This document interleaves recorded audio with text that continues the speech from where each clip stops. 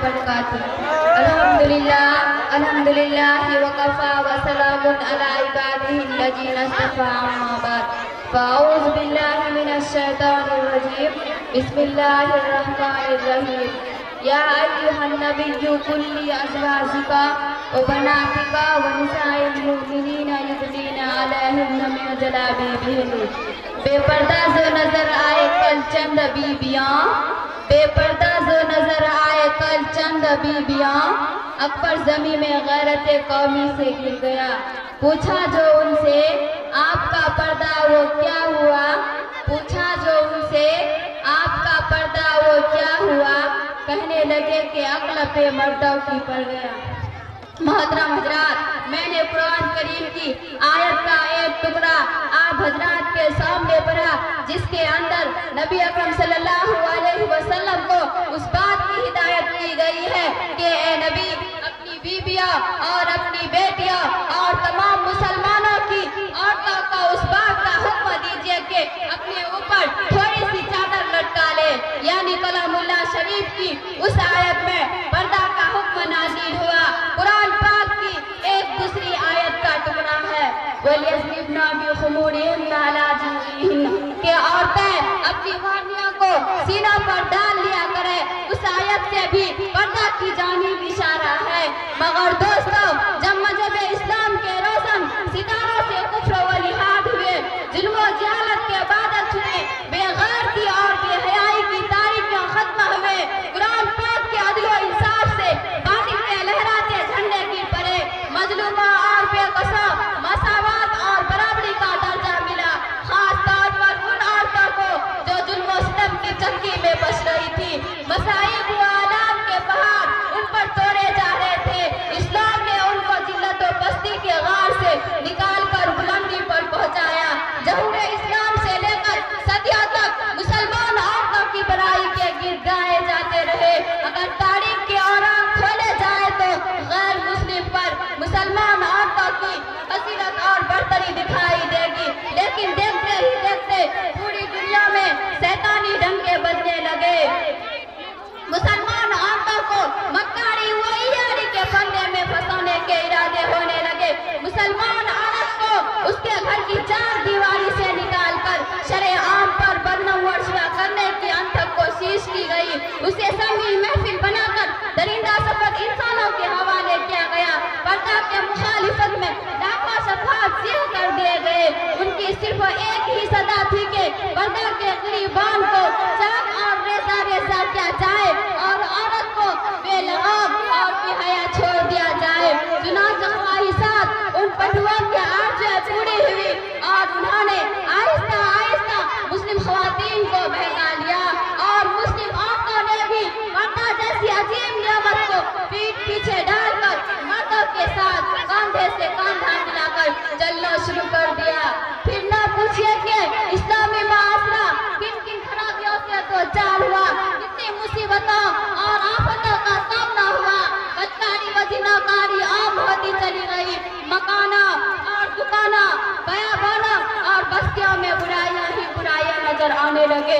محترم دوستوں، اگر اسلام دشمن طاقت یورپ امریکہ پردہ کے خلاف نعرہ بلند کرے تو ہمیں اس پر کوئی تعجب حیرانی نہیں، چکے اسلامی تعلیمات کو ہر طرح بدنام کرنا ان کا شیوہ بن چکا ہے۔ مگر افسوس، صد افسوس ہے کہ آج ہماری قوم کے اکثر لوگ جو مسلمان ہونے کا دعویٰ کرتے ہیں اور محمد عربی کے امتی کہلاتے ہیں، وہ بھی اسی ذہنی غلامی کا شکار ہے۔ خاص طور پر انگریزی تعلیم یافتہ طبقہ تو اس میں زیادہ مبتلا ہے اور پردے کے معاملے میں اسلام دشمنوں کے ساتھ ہے اور ان کے دوست بدوست چل رہی ہے۔ کسی صاحب نے ایسے ہی لوگوں کے بارے میں کہا ہے کہ انہی کی محفل سنوارتا ہوں، انہی کی محفل سنوارتا ہوں، چراغ میرا ہے رات ان کی، انہی کے مطلب کی کہہ رہا ہوں، انہی کے مطلب کی کہہ رہا ہوں، زبان میری ہے بات ان کی۔ محترم دوستوں، آج پردہ کے مسائل کو لے کر مناظرہ بازیاں اور مجموعی نگاریاں ہوتی رہتی ہے، پردہ کے خلاف تحریکیں چلتی ہے، پردہ کو ایک بہت بڑی ناانصافی کہا جاتا ہے۔ عورت کے لیے پردہ کو قید و بندت سے تعبیر کیا جاتا ہے، کہا جاتا ہے پردہ قید ہے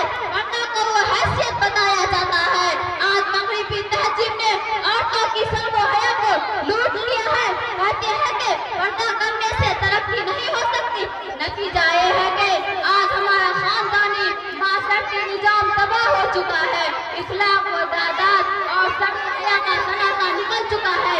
यही वो तहजीब है जिसने औरत को चिराग खाना बनने के बजाय उसके अंदर सभी लहरी बनने का जज्बा उबारा है। रिवाज़े बेहिजाबी खुशनुमा फोटो की माना है, रिवाज़े बेहिजाबी खुशनुमा फोटो की माना है, नई तहजीब से होशियार ये तारीख उजाला है। ये उस यूरोप और अमेरिका के दिन है कि नौजवान लड़कियां बारीक सा दुपट्टा गले में डालकर और चुस्त और बारीक लिबास पहनकर खुलेआम घूम रही है। मैं अपनी माँ बहनों से कहना चाहती हूँ कि हमारी कामयाबी कुफ्फार और मुशरिकीन और ईसाइयों के बातों में ही नहीं बल्कि हमारी कामयाबी खुदाए वजहुल अशरीफ और रसूल अकरम सल्लल्लाहु अलैहि वसल्लम के बताए हुए तरीके और इस्लामी तालीमात के अंदर है। हमें अपने का चिराग खुल करके नफ्स के पीछे भागने और मगरिब की तहजीब औरतों की नकल करने की जरूरत नहीं है। हमारी हिदायत कुरान और सुन्नत के मुताबिक बताए हुए तरीके में है। इस्लाम के पास बोलो, हजरत आसमा रज़ियल्लाहु अन्हा हजरत आयशा रज़ियल्लाहु अन्हा की बहन है और नबी अकरम सल्लल्लाहु अलैहि वसल्लम की साली है। एक बार बारीक कपड़ा पहनकर हुजूर सल्लल्लाहु अलैहि वसल्लम के सामने आ गए तो सरवरे कायनात ने नजर फेर ली और ये इरशाद फरमाया कि आसमा, जब औरत बालिग होने की उम्र को पहुंच जाए तो उसके जिस्म से कुछ भी दिखना जायज नहीं सिवाय उसके चेहरे और हथेलियों के। उस हदीस से उस बात का साफ पता चलता है कि बारीक कपड़ा पहनना भी पर्दा के खिलाफ है। इंसान के चेहरे पर खूबसूरती से जुड़ी हुई ये दो आंखें नफ्स की सबसे बड़ी चोर है। दिलो दिमाग के तमाम वसावस की जड़ भी यही दो आंखें है।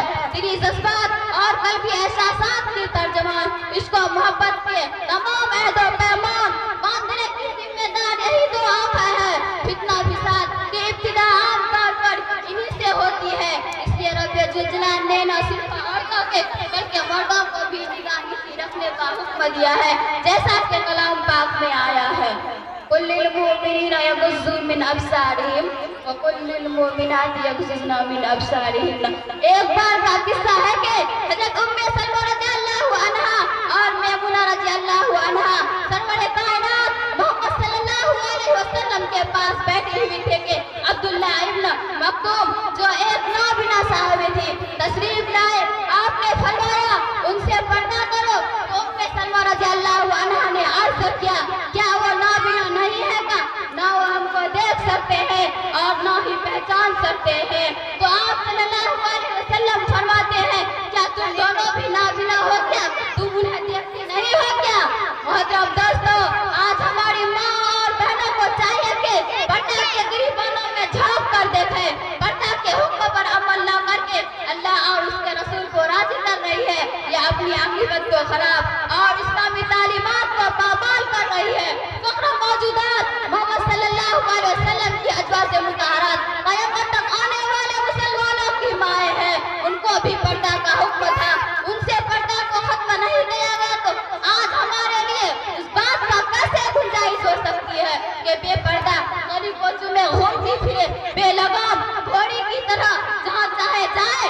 इस्लाम के पास मानो औरतों की तमाम जिम्मेदारियाँ हमारे सुपुर्द है कि उनको बेगैरती और बेहयाई की तारीखों में फंसने न दे, अड़ियानियत और नंगेपन के मुआशरा से दूर रखे और उनको इस्लामी मुआशरा और इस्लामी कवानीन सिखाए और शरीयत मुतहरक सोचे में ढलने के तरीके बताए।